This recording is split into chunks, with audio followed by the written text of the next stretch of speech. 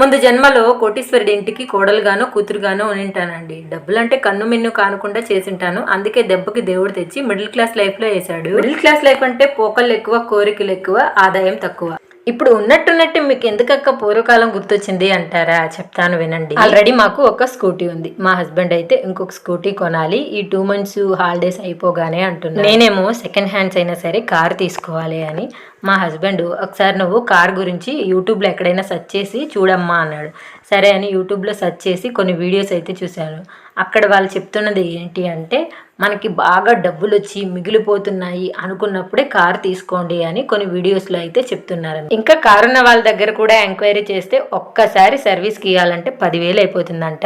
ఇంకేదైనా చిన్న చిన్న రిపేర్లు వచ్చాయంటే ఇంక 20,000 దాటేస్తాయంట. ఒకసారి ఊరికి వెళ్ళి రావాలి అంటే పెట్రోల్కే 4,000 అయిపోతుంది. మనమైతే బస్సులో 1,000 రూపాయలకే వెళ్ళి రావచ్చు అంటున్నారు. నా కారు ఐడియా పక్కన పెట్టేశాను.